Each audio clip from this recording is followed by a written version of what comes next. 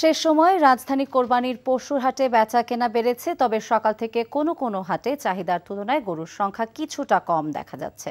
এবারে গেলবারের চেয়ে দাম বেশি বলে জানিয়েছেন ক্রেতারা, তবে বিক্রেতারা বলছেন খাবার সহ আনুষঙ্গিক সবকিছুর দাম বেড়ে যাওয়ায় গরুর দাম বাড়তি রাখা ছাড়া উপায় নেই। রাজধানীতে রাখার সমস্যার কারণে সাধারণত শেষ মুহূর্তে কোরবানির পশু কিনে থাকেন নগরবাসী, তবে এবারে ছুটির দিনে অর্থাৎ শুক্র এবং শনিবারেও কোরবানির পশু কিনেছেন অনেকেই।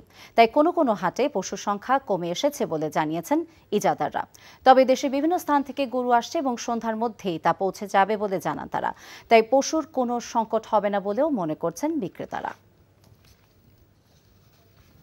দর্শক, শেষ দিনের কেনাকাটার খবর জানতে আমরা যাচ্ছি রাজধানীর মেরাদিয়া হাটে। আমাদের সাথে যুক্ত হবেন সহকর্মী নাজিবুর রহমান। নাজিবুর, আমাদের জানাবেন হাটে কোরবানির পশুর সরবরাহ কেমন দেখছেন আপনি?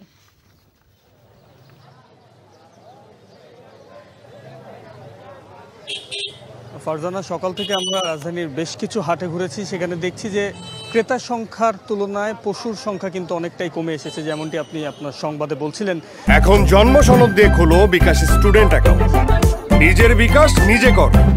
যে ক্রেতারা অনেকেই কিন্তু পশু সংকটে ভুগছেন, তারা পছন্দের পশু কিনতে কিছুটা হিমশিমই খাচ্ছেন বলা যায়। কেননা আমরা মেরাদিয়া হাটে দেখছিলাম যে তাদের পছন্দ অনুযায়ী এবং যে বিষয়টি বিক্রেতারা সুযোগ হিসেবে নিচ্ছেন বলে ক্রেতারা অভিযোগ করছেন, সেটি হচ্ছে পশু সংকটের কারণে কিন্তু তারা দাম অনেকটা বেশি হাঁকাচ্ছেন। ঠিক শুরুর দিকে যে ধরনের দাম তারা হাঁকাচ্ছিলেন, ঠিক তার চেয়েও বেশি দাম চাইছেন, এমনটাই বলছেন ক্রেতারা। এবং মাঝারি আকারে যে গরুগুলো রয়েছে সেগুলো প্রায় 1.5 থেকে 2 লাখ টাকা এবং বড় আকারের গরুগুলো 3 লাখ টাকারও বেশি তারা চাইছেন। ক্রেতার উপস্থিতি যদি আমি বলি, রাজধানীর বেশিরভাগ হাটেই কিন্তু বিপুল পরিমাণ ক্রেতা ছিল। আর পশু সরবরাহ কমে এসেছে। নতুন করে সকাল থেকে আমরা কোনো পশু হাটে এসেছে এমন কোনো সংবাদ বা এমন কোনো চিত্র আমরা দেখতে পাইনি। আমরা মেরাদিয়া হাটের ভেতরের অংশগুলো দেখেছি, তাই অনেকটাই ফাঁকা সেগুলো। এবং যে মূল সড়ক রয়েছে সেখানে কিছু গরু রয়েছে, সেখানে ক্রেতারা আসছেন এবং তারা পছন্দ মতো তাদের পশু ক্রয়ের চেষ্টা করছেন।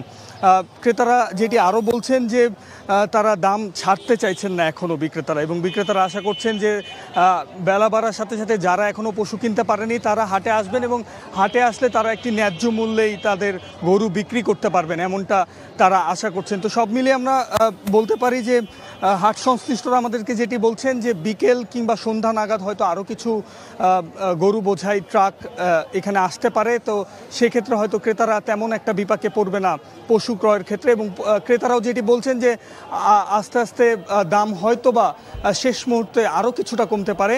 তো সেই আশায় হয়তো তারা হাটগুলোতে এখনও ঘুরছেন। তো এই ছিল আমার কাছে সর্বশেষ। ফারজানা, এখন জন্ম সনদ দিয়ে খোলো বিকাশ স্টুডেন্ট অ্যাকাউন্ট, নিজের বিকাশ নিজে কর।